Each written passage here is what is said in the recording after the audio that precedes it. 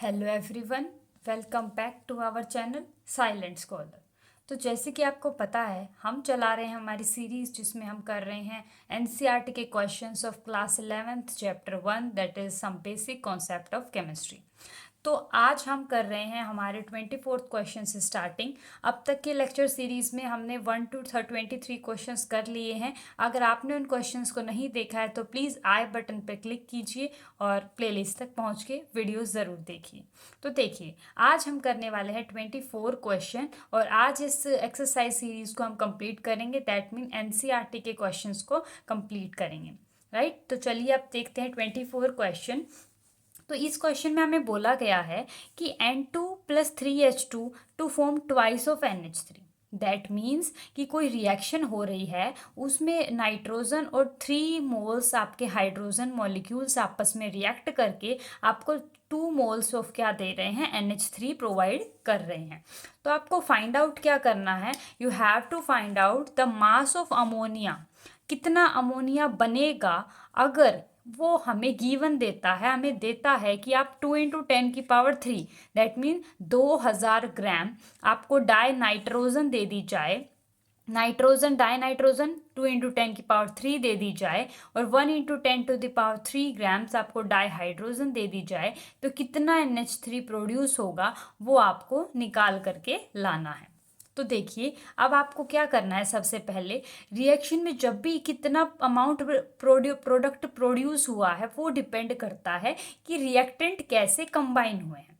तो सबसे पहला काम आपका है लिमिटिंग रिएजेंट फाइंड आउट करना, क्योंकि अगर हमें ये ही नहीं पता होगा कि कौन कम क्वांटिटी में ऑब्टेन्ड हो रहा है तो हम नहीं बता सकते कि प्रोडक्ट का फॉर्मेशन किस पे डिपेंड कर रहा है। तो देखिए, सबसे पहले लिमिटिंग रिएजेंट निकालने के लिए हमें ये देखना होता है कि हमारे पास गिवन कंडीशन क्या है और हमें रिक्वायर्ड क्या है। तो देखिए, इस स्टाइक्योमेट्री से आप क्या समझ पा रहे हैं कि 1 मोल हमारे पास N2 है, 3 मोल्स आपके पास H2 है और प्रोड्यूस क्या हो रहा है, 2 मोल NH3। यानी कि आप क्या समझे, 1 मोल N2 मॉलिक्यूल 3 मोल H2 के साथ रिएक्ट करके 2 मोल NH3 को प्रोड्यूस कर रहा है। यानी कि इससे आप ये समझ पा रहे हैं। अब आप क्या समझ, इससे आप क्या कंक्लूजन निकाल सकते हैं कि आपके जो हमारे पास मोल्स हम निकालेंगे इस डाटा से, वो हमारे पास कहीं ना कहीं हमें ये बता सकते हैं कि कितना NH3 प्रोड्यूस होगा। या आप यहाँ से एक बात और समझ पा रहे हैं क्या, कि 1 मोल 3 मोल के साथ कंबाइन कर पा रहा है कंप्लीटली। यानी कि 1 मोल जो N2 है वो इस 3 मोल के साथ ही रिएक्ट करता है, राइट। आगे अब देखिए, इसका इस वर्डिंग का हम आगे यूज कैसे करेंगे। तो सबसे पहले हमने क्या किया, ये तो हमने स्टाइक्योमेट्री से मोल्स फाइंड आउट करे थे, पर जो गिवन हमारे पास वेट है, गिवन हमारे पास अमाउंट है, उसमें नंबर ऑफ मोल्स कितने हैं वो भी तो निकालने पड़ेंगे। तो नंबर ऑफ मोल्स N2 के और H2 के निकालने का तरीका क्या है, given weight upon molecular weight, given weight upon molecular weight. Given weight N2 का डाई नाइट्रोजन कितनी दी है, 2 × 10⁻³ और आपके पास डाई हाइड्रोजन कितनी दी है, 1 × 10⁻³ तो आप गिवन वेट को ऊपर रखिए, दोनों का मोलिकुलर मास नीचे रख लीजिए। N2 को कैसे लिख सकते हो आप, 14 × 2 एंड N का मास 14 और 2 अगर है तो 2 × 2 28 ग्राम्स पर मोल। इसको यहाँ डिवाइड कर दीजिए।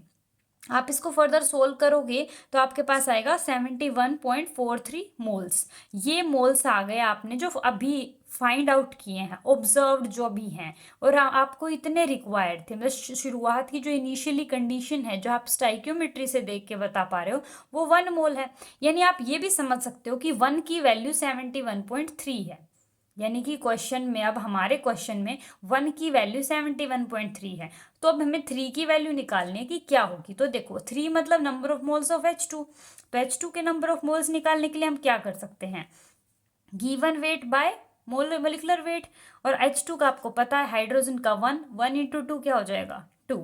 तो 10⁻³ जो कि आपको गिवन था, देखिए given weight divide by molecular weight, उसको हमने 1000 डिवाइड बाय 2 किया तो कितना आया 500 मोल्स आ गए। अब 3 मोल्स की वैल्यू आ गई 500। अगर एक नाइट्रोजन का मोल 3 मोल के साथ रिएक्ट करता है तो 71.43 भी तो इसके ट्रिपल टाइम्स के साथ रिएक्ट करेगा। दैट मीन अगर हम 71.43 का 3 टाइम्स कर दें तो वो 500 के इक्वल आएगा या नहीं आएगा वो देखते हैं। अब देखिए इसका अगर हमने 3 टाइम्स किया तो आंसर आया 214.29। दैट मीन्स 500 तो हमारे पास मोल्स H2 के अवेलेबल थे, जिसमें से N2 सिर्फ इतने के साथ 3 टाइम्स के साथ यानी 214.29 के साथ ही रिएक्ट कर पा रहा है। यानी बाकी जो अनरिएक्टेड है बच्चा, जो कि एक्सेस में हमारे पास H2 था, हमने कितना अनरिएक्टेड बचा, इतना टोटल अवेलेबल था, इतने के साथ ने N2 ने रिएक्ट किया तो 285.71 मोल्स बच गए अनरिएक्टेड। तो अब देखिए यहाँ जो कम अमाउंट में है वो क्या है, लिमिटिंग रिएजेंट क्या है N2, क्योंकि H2 तो हमारे पास एक्सेस में है। यानी कि आप एक खुद बात सोचिए कि अगर हमारे पास N2 कम क्वांटिटी में है तो वो H2 के साथ उतना ही रिएक्ट कर पाएगा, बाकी तो H2 यूजलेस रहेगा क्योंकि N2 तो उस पॉइंट पे जाके खत्म हो जाएगा। तो अगर N2 H2 के साथ रिएक्ट ही नहीं करेगा तो NH3 कैसे बनेगा। दैट मीन्स प्रोडक्ट का फॉर्म होना N2 पर डिपेंड करता है, जितना N2 होगा वहां तक ही प्रोडक्ट फॉर्मेशन हो पाएगी। दैट मीन्स कितना आपके पास NH3 बना वो आप डिसाइड करेंगे number of moles of N2। तो अब आप क्या निकालोगे कि कितने मोल्स आपके NH3 के फॉर्म हुए। देखिए 1 मोल से 2 मोल NH3 के फॉर्म होते हैं, 1 मोल ऑफ N2 से 2 मोल NH3 के प्रोड्यूस होते हैं।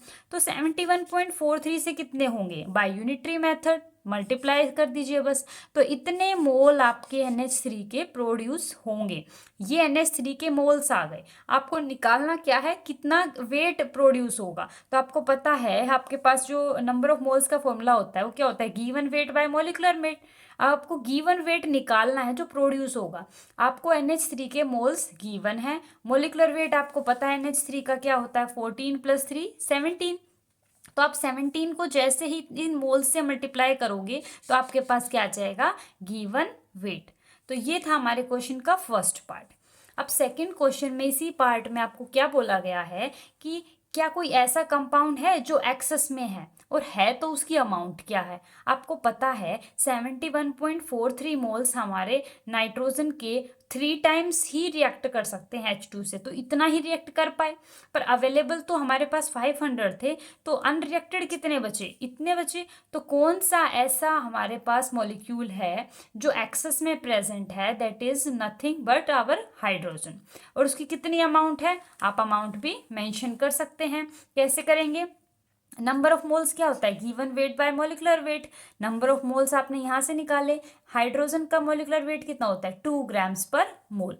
ये मोल से मोल यहाँ कैंसिल हो जाएगा, इसकी यूनिट मोल होती है ना, मोल, और ये मोल इनवर्स है, यूनिट कैंसिल आउट हो जाएंगे, हमारे पास गिवन वेट किस में आ जाएगा, ग्राम्स में। तो ये आ गया अनरिएक्टेड H2, उसकी ग्राम्स में क्वांटिटी आ गई। राइट, आपको समझ में आया होगा, नहीं समझ में आया तो प्लीज़ वीडियो को रिवाइंड कीजिए।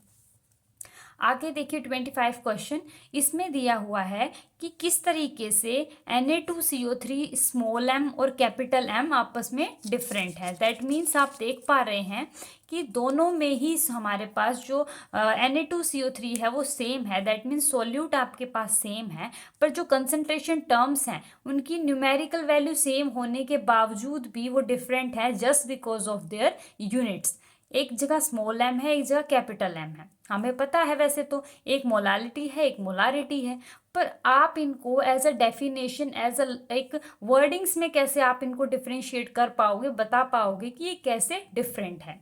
तो देखिए सबसे पहले आपको पता होना चाहिए कि मोलैरिटी होती क्या है। मोलैरिटी होती है आपके पास नंबर ऑफ मोल्स ऑफ किसके, सोल्यूट के, डिवाइड बाय क्या, volume of solution in litre. तो ये सॉल्यूशन की वॉल्यूम होती है। अगर मैं दोनों ही केसेस में सॉल्यूशन को 1 लेके चलूँ, या जिस चीज़ में हम डिजोल्व कर रहे हैं, आप मोलालिटी में क्या कंसीडर करते हैं, सोलवेंट का वेट ना। तो अगर आप सोलवेंट के वेट को 1 kg कंसीडर करके चलते हैं, स्टैंडर्डाइज कंसीडर करके चलें, और अगर मोलालिटी में सॉल्यूशन को 1 लीटर कंसीडर करके चलें, तो जो मोलारिटी और जो मोलालिटी है वो नंबर ऑफ मोल्स के बराबर आ जाएगी।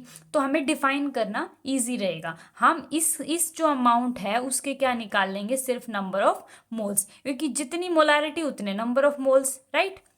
अगर हमारे पास वॉल्यूम या फिर जो मास है मोलालिटी केस में, अगर उसको 1 यूनिट कंसीडर करें, तो ये जो आगे न्यूमेरिकल वैल्यू है ये क्या है, नंबर ऑफ मोल्स ही तो हैं। तो हमारे पास 0.5 ही मोल्स आ गए हमारे पास। तो Na2CO3 का मोलर मास निकाल लिया गया, 2 × 23 + 12 + 3 × 16, 106 ग्राम्स पर मोल। अब नंबर ऑफ मोल्स हमारे पास हमने इस मेथड से निकाल लिए कि वॉल्यूम को और जो मास इन मोलालिटी केस है उसको 1 यूनिट कंसीडर करके। अब जो नंबर ऑफ मोल्स होते हैं वो क्या होता है, given weight by molar mass. Molar mass की अगर मैं नंबर ऑफ मोल्स से मल्टीप्लाई कर दूं तो गिवन वेट आ जाएगा, हैंस क्या आ गया, 53 ग्राम्स।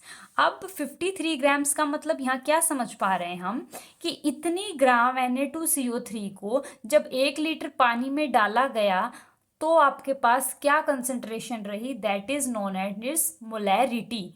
एंड जब इतने ग्राम Na2CO3 को 1 kg वाटर में या किसी सोलवेंट में डिजोल्व किया गया तो जो कंसेंट्रेशन आई उसको बोलते हैं हम मोलालिटी, या आप मोल्स की टर्म्स में भी बोल सकते थे इस चीज को, कि इतने मोल्स जब हमारे पास 1 लीटर में प्रेजेंट हो, या फिर इतने मोल्स इन 1 kg में प्रेजेंट हो। ये हमने आप उसकी अमाउंट भी निकाल ली और मोल्स की टर्म में भी आप इसको एक्सप्लेन कर सकते थे। चलिए नेक्स्ट क्वेश्चन देखते हैं। अगर 10 वॉल्यूम ऑफ डाई हाइड्रोजन, अब आपके पास क्या है, di hydrogen, that means H2 react कर रही है with 5 volume of di oxygen. ऐसे क्वेश्चंस में आपको सबसे पहले रिएक्शन फॉर्म कर देनी होती है और उसको बैलेंस कर लेना होता है, देन फिर आप स्टाइक्योमेट्री या फर्दर कैलकुलेशंस की तरफ प्रोसीड कर सकते हैं। तो देखिए, हाइड्रोजन ने जैसे ही ऑक्सीजन के साथ रिएक्ट किया तो आपको पता है क्या बनेगा, H2O, है ना। अब यहाँ ऑक्सीजन 1 है, यहाँ 2 है, तो इसको बैलेंस करने के लिए यहाँ 2 लगा दिया। यहाँ पे हाइड्रोजन अब 4 हो चुके हैं तो यहाँ 2 लगाना पड़ेगा, हैंस हमारी देखिए रिएक्शन बैलेंस हो चुकी है। अब गिवन क्या था क्वेश्चन में, कि हमारे पास देखिए स्टाइक्योमेट्री से पता चल रहा है कि इसकी 2 वॉल्यूम्स इसकी 1 वॉल्यूम के साथ रिएक्ट करके इसकी 2 वॉल्यूम्स प्रोवाइड कर रही हैं।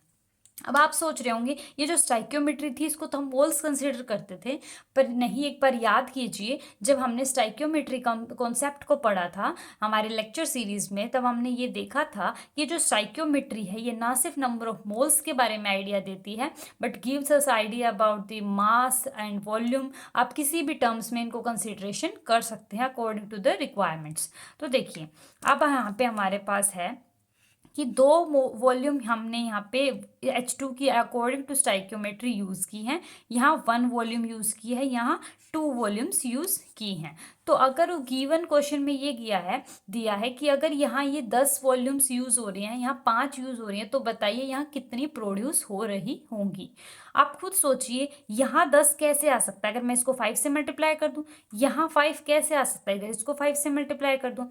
यानी कुछ ऐसा नहीं लग रहा है कि ये सारी रिएक्शन 5 से मल्टीप्लाई हो रही है, क्योंकि देखिए 5 2 जा 10, 5 1 जा 5, तो 5 2 जा 10 नहीं आना चाहिए। So by only general specific suggestions, या फिर आप बोल सकते हैं सिर्फ जनरलाइजेशन से ही आपको समझ आ गया कि ये वहाँ पे वॉल्यूम कितनी प्रोड्यूस हो रही है, दैट इज 10 ml, राइट। तो चलिए अब नेक्स्ट क्वेश्चन देखते हैं।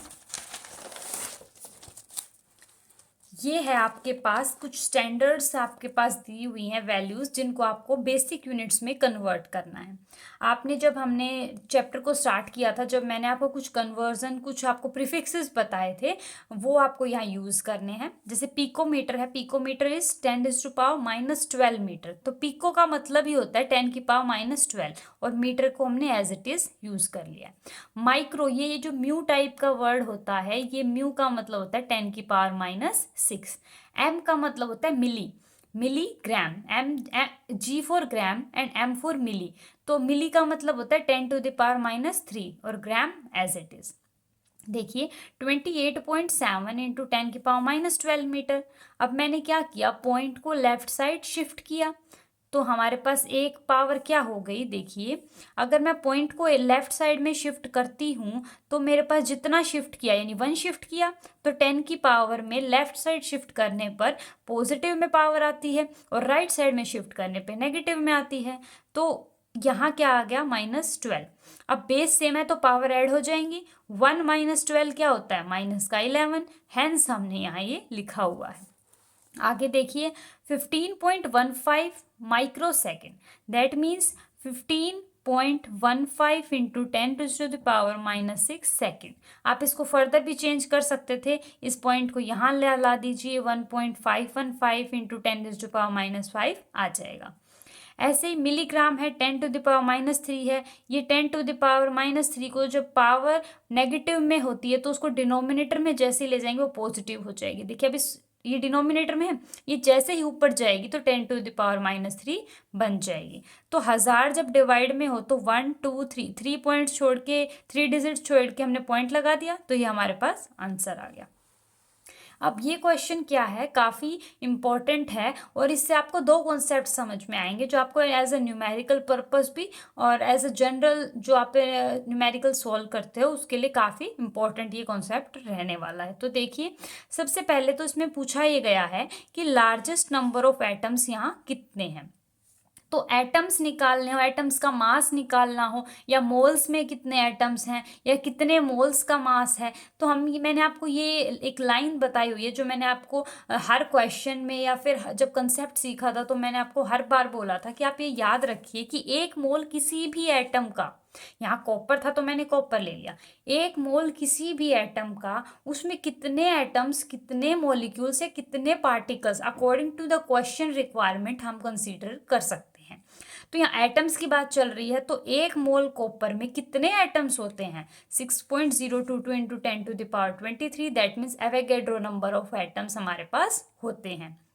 और इन एटम्स का मास कितना होता है, उसके एटॉमिक मास के बराबर। एटम की बात चल रही होगी एटॉमिक मास, मॉलिक्यूल्स की बात चल रही होगी तो मॉलिकुलर मास, फॉर्मूला यूनिट यानी आयनिक कंपाउंड्स हैं तो यहाँ फॉर्मूला मास आ जाता है। तो देखिए अब मैं बात करूँ, यहाँ पूछा गया है कि इतने ग्राम में हमारे पास इतने एटम्स हैं, आपको पता है इतने ग्राम में इतने एटम हैं, या फिर आप बोल सकते हो इतने एटम्स का मास इतना ग्राम है। तो आपने देखा कि हमारे पास इतने ग्राम्स के अंदर इतने एटम हैं और हमें 1 ग्राम के अंदर पता करना है, तो बाय यूनिटरी मेथड इसको इससे डिवाइड कर देंगे। अब आप क्या नोटिस कर रहे हो कि 197 एक बहुत बड़ी क्वांटिटी है। आपने नॉर्मल मैथमेटिक्स में आप देखते हैं कि आप देखिए इसे 2/3 है, 2/4 है, 2/5 है, 2/6 है। अगर आप इन वैल्यूज़ को सॉल्व करेंगे तो आप देखेंगे कि जैसे जैसे मैंने ऊपर वाली न्यूमरेटर को सेम रखा है, अगर मैं नीचे वाले डिनोमिनेटर को बढ़ाती जाऊंगी तो आपके पास आंसर की जो वैल्यू आएगी वो छोटी आती जाएगी। देखिए करके देखते हैं, ये 0.6 है, ये 0.5 है, ये 0.4 है, ये 0.3 है। तो देखिए वैल्यू डिक्रीज होती चली गई ना, जैसे जैसे आपके पास डिनोमिनेटर बढ़ा ओवरऑल वैल्यू जो डिवाइड करने के बाद आई वो छोटी आती चली गई। दैट मीन्स इसमें तो नंबर ऑफ एटम्स ज़्यादा नहीं हो सकते क्योंकि इसका डिनोमिनेटर 200 के आसपास है, काफ़ी बड़ा है, तो इसके तो एटम्स ज़्यादा नहीं हो सकते। एटम्स तो ज़्यादा तब होते हैं ना जब ओवरऑल वैल्यू हमारे पास बड़ी आती है, और ओवरऑल बड़ी आने के लिए नीचे वाले डिनोमिनेटर को छोटा होना पड़ेगा, तभी ये वैल्यू बड़ी आएगी। तो हम क्या देखेंगे अब अलग अलग केसेस में सब में आएगा तो सेम तरीका ही लगेगा, बस यहाँ मास सबके अलग अलग चेंज होते जाएंगे। तो जिसका मास जितना कम, डिनोमिनेटर उतना कम, हमारे पास ओवरऑल आंसर उतना ज़्यादा, तो नंबर ऑफ एटम्स ज़्यादा। आपको पता है सोडियम का 23 होता है, लिथियम का 7 होता है, Cl2 का 70 हो जाएगा। हेंस आपको पता चलेगा 70, 7, 23 और 197 में से सबसे बड़ा कौन है, 197। यहाँ एटम सबसे कम है और 7 लिथियम में सबसे छोटा है, यानी सबसे ज़्यादा इसमें मोल, इसका मास सबसे कम, तो यहाँ पे एटम सबसे ज़्यादा हो जाएंगे। तो हमारे पास आंसर क्या हो जाएगा, 1 ग्राम ऑफ लिथियम। तो चलिए नेक्स्ट देखते हैं। अब ये है 29 क्वेश्चन। ये बहुत इंपॉर्टेंट क्वेश्चन है क्योंकि इससे आपके molarity as well as mole fraction का कॉन्सेप्ट काफ़ी हद तक क्लियर होगा। तो देखिए यहाँ बोला हुआ है कि आपको मोलैरिटी निकालनी है सॉल्यूशन की जिसके अंदर इथेनॉल है और उसको पानी में डिजोल्व कराया गया। दैट मीन्स आप मान लीजिए कि एक बीकर है और इस बीकर में पहले ही क्या था, वाटर था, और उस वाटर में आपने ऊपर से इथेनॉल को ऐड कर दिया।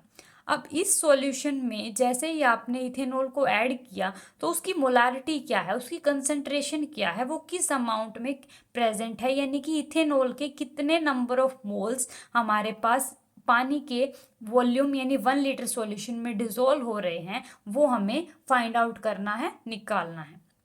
तो मोल फ्रैक्शन इथेनॉल का कितना गिवन है, 0.040। तो जो चीज़ गिवन है हम उसी से रिलेट करते हुए निकालेंगे मोलारिटी ऑफ सॉल्यूशन। तो हमेशा याद रखिए जब आपको डाटा कम गिवन हो तो कंसीडर करने की कोशिश कीजिए वॉल्यूम टू बी स्टैंडर्ड। अब वॉल्यूम को आप 1 लीटर कंसीडर कर लीजिए। जैसे ही आप वॉल्यूम को 1 लीटर कंसिडर करेंगे तो जो नंबर ऑफ मोल्स हैं वो मोलारिटी के बराबर आ जाएंगे। और नंबर ऑफ मोल्स किसके, सोल्यूट के, और सोल्यूट क्या है, इथेनॉल। तो यानी अगर हम कहीं से नंबर ऑफ मोल्स इथेनॉल के निकाल लें तो हमारे पास मोलारिटी इजीली अवेलेबल हो जाएगी, राइट। तो अब हमें क्या करने हैं, कहीं से number of moles find out करने हैं सोल्यूट के। तो देखिए आप क्या करेंगे, हमें आपको पता है मोल फ्रैक्शन क्या होता है इथेनॉल का, जिसका भी आप मोल फ्रैक्शन निकाल रहे हो उसके number of moles divide by जो भी कंपोनेंट बचे हैं उनके नंबर ऑफ मोल्स का एडिशन। यानी दो ही तो कंपोनेंट हैं, वाटर और इथेनॉल, तो इथेनॉल प्लस वाटर के नंबर ऑफ मोल्स। तो अब आपको क्या निकालना है, अब आपको निकालने तो नंबर ऑफ मोल्स C2H5OH के हैं, H2O के आपको कहीं से फाइंड आउट करने पड़ेंगे। तो नंबर ऑफ मोल्स H2O के निकालने के लिए given weight by molecular weight consider करना होगा। अब हम मान लेते हैं अपनी तरफ से कि 1000 ग्राम हमारे पास कोई भी सॉल्यूशन रहा होगा जिसके अंदर 18 ग्राम पर मोल H2O का मोलर मास है। तो जनरल वे में कंसीडर करने से नंबर ऑफ मोल्स आप हमेशा वाटर के 55.5, आप इसको रिमेंबर भी कर सकते हैं, याद रख सकते हैं कि स्टैंडर्डाइज जब भी H2O के मोल्स प्रेजेंट नहीं हो तो आप खुद से 55.5 नंबर ऑफ मोल्स यूज कर सकते हैं। अब क्या किया, यहाँ 55.5 रखा और ये डिनोमिनेटर में जो टर्म थी वो सारी इसके साथ मल्टीप्लाई हो गई। देखिए मल्टीप्लाई कर दी हमने कुछ ऐसे, ये 55.5 की वैल्यू पुट कर दी यहाँ और मल्टीप्लाई किया इसको इससे और इसको इससे, यानी 0.04 into number of moles of C2H5OH plus 2.22। अब यहाँ भी C2H5OH है, यहाँ भी C2H5, दोनों को एक साइड ले आते हैं क्योंकि यही तो फाइंड आउट करना है। अब दोनों के अंदर C2H5 कॉमन है, बाहर निकाल लिया। इसके यहाँ क्या था, 1 था, तो 1 में से क्या माइनस होगा, 0.04, 0.96 आ गया। अब 0.96 यहाँ मल्टीप्लाई में है, जैसे हम डिवाइड में लाएंगे तो नंबर ऑफ मोल C2H5OH के आ जाएंगे 2.31। तो ये नंबर ऑफ मोल्स जो आए, हमने पहले ही बोला था कि जैसे ही हमारे पास C2H5 के नंबर ऑफ मोल्स आ जाएंगे हम उसको डायरेक्टली क्या बोल देंगे, मोलारिटी बोल देंगे। हैंस जो हमारे पास सॉल्यूशन की मोलारिटी है वो कितनी आई है, 2.31 आई हमारे पास सॉल्यूशन की मोलारिटी। ठीक है, आप इसको एक और तरीके से भी निकाल सकते थे, कैसे, जैसे हमें पता है कि अगर दो कंपोनेंट हैं जैसे chi A plus chi B, that means अगर हमारे पास मोल फ्रैक्शन दो कंपोनेंट्स का है तो उनका सम हमेशा इक्वल टू 1 होगा। अब मोल फ्रैक्शन क्या है यहाँ पे, एक कंपोनेंट मतलब C2H5OH और एक हमारे पास क्या है, H2O। तो ये आपको क्या था, गिवन था, और ये अगर आप निकाल लेते काई ऑफ H2O अगर आप निकाल लेते तो 1 माइनस एक्स ऑफ C2H5OH कर लेते, यानी 1 माइनस 0.04, दैट मीन्स 0.96। ये आपके पास क्या आ जाते, आपके पास काई आ जाता H2O का। यहाँ से आप फिर से यही प्रोसीजर करके भी निकाल सकते थे नंबर ऑफ मोल्स, पर दोनों प्रोसीजर सेम है, आप किसी से भी प्रोसीड कर सकते हैं। बेस्ट यही रहेगा कि आप क्या कर कीजिए, आपको जो गिवन है स्टार्टिंग में नंबर आपके पास मोल फ्रैक्शन है C2H5OH का है तो आप वहाँ से ही प्रोसीड करेंगे। देखिए अब 30 क्वेश्चन यहाँ पूछा गया है कि what will be the mass of 112C atom in grams, कि आपके पास जो एक एटम जो होता है 12 कार्बन, मतलब कार्बन का जो आइसोटोप 612 होता है, उसके एक एटम का मास कितना होगा। तो आपको पता है फिर से वही इंपॉर्टेंट लाइन कि एक मोल किसी भी एटम में कितने एटम्स प्रेजेंट होते हैं, इतने, उनका मास इतना होता है। तो इतने एटम्स का मास 12 ग्राम पर मोल है, तो एक एटम का क्या होगा, 12 को इससे जस्ट डिवाइड कर देंगे तो हमारे पास आंसर आ जाएगा। देखिए अब 31 क्वेश्चन। इस क्वेश्चन में आपको कैलकुलेशन सॉल्व करनी है और आपको बताना है कि कितने सिग्निफिकेंट फिगर हैं। अगर आप इस क्वेश्चन को इस तरह सोल्व करेंगे कि आप 0.0, इसको अगर आप ये कंसिडर करेंगे कि ये 5 है और जस्ट 5 से एक आगे वाले नंबर को एज इट इज रखते हैं, सिर्फ इतना ही कंसिडर करेंगे, दैट मीन्स राउंडिंग ऑफ करके अगर आप सॉल्यूशन करेंगे तो आपके सिग्निफिकेंट फिगर्स कहीं ना कहीं कम हो जाएंगे। तो आपको कंप्लीट इसकी कैलकुलेशन करनी होगी। बाकी क्वेश्चन जो हमारे पास आते हैं एग्जाम्स में वो इतने बड़े नहीं आते हैं, वो थोड़े भी आते हैं, छोटे भी आते हैं। तो जस्ट प्रैक्टिस के लिए आप इसको डायरेक्ट मल्टीप्लाई कीजिए बाय कैलकुलेटर और आप इसके सिग्निफिकेंट फिगर जस्ट निकाल लीजिए। यहाँ हमारा मेन बेसिक था कैलकुलेशन नहीं बल्कि सिग्निफिकेंट फिगर्स निकालना। आगे देखिए, आपको ये कैलकुलेशन आप इजीली सॉल्व कर लेंगे और इसमें देखेंगे कि नॉन जीरो डिजिट्स हैं ताकि 4 सिग्निफिकेंट फिगर आप बता सकें। जस्ट एडिशन की करना है और फिर जिसे पॉइंट के पहले वाली 0 आई ये कंसीडर नहीं होगी सिग्निफिकेंट फिगर में। ये 2 सिग्निफिकेंट फिगर के बीच आई है तो ये 0 सिग्निफिकेंट होगी। 1 2 3 4 सिग्निफिकेंट फिगर्स आ जाएंगे हमारे पास। नेक्स्ट क्वेश्चन 32 है कि आपके पास आर्गन के आइसोटोप्स दिए हुए हैं, उनका मोलर मास गिवन है और उनकी अबंडेंस दी हुई है, मतलब नेचर में ये कितने परसेंट प्रेजेंट है, ये कितने परसेंट और ये कितने परसेंट। अब आपको एवरेज एटॉमिक मास निकालना है। तो जब भी एवरेज एटॉमिक मास का कॉन्सेप्ट आता है ये सिर्फ उन्हीं एटम्स के लिए आता है जिनके आइसोटोप्स एग्जिस्ट कर रहे हैं। उनके लिए आपको क्या करना होता है, उनके एटॉमिक मास को उनकी अबंडेंस से जितना वो प्रेजेंट है उस अमाउंट को आप मल्टीप्लाई करेंगे और ऐड करते जाएंगे और डिवाइड बाय 100 कर देंगे तो आपके पास क्या आ जाएगा, average atomic mass. Last question है देखिए इस चैप्टर का। इसमें क्या बोल रहा है कि आपको number of atoms find out करने हैं। तो हमने ये चीज़ तो पढ़ी है कि हमारे पास ये किसके इक्वल होता है, एटॉमिक मास, मोलर मास या फॉर्मूला मास के। अब आपको 52 मोल्स ऑफ आर्गन में बताने हैं कितने एटम्स होंगे। अब 1 मोल में इतने एटम्स होते हैं तो 52 मोल्स में कितने होंगे, just by unitary method multiply कर देंगे, हमारे पास आंसर आ जाएगा। देखिए अब नेक्स्ट क्वेश्चन कि आपके पास दिया हुआ है कि 52 U of helium equals to के इतने एटॉमिक मास यूनिट में कितने एटम्स होंगे। अब आप इसको ग्राम्स के इक्वल कंसीडर ना कर लीजिएगा क्योंकि वो सिर्फ हम न्यूमेरिकली इक्वल करने के लिए करते हैं, पर यहाँ एटॉमिक मास यूनिट है तो इतना जो हमारे पास वेट है, इतना मास जो है वो एक एटम का होता है। दैट मीन्स अगर हम कंसीडर करेंगे हीलियम को तो 4U के अंदर सिर्फ एक एटम आएगा, तो 52U के अंदर कितने आ जाएंगे, 13 एटम। या हम ये भी बोल सकते हैं अगर एक एटम का मास 4U है तो आपके पास कितने एटम्स का मास 52U होगा, दैट इज 13 4 जा 52।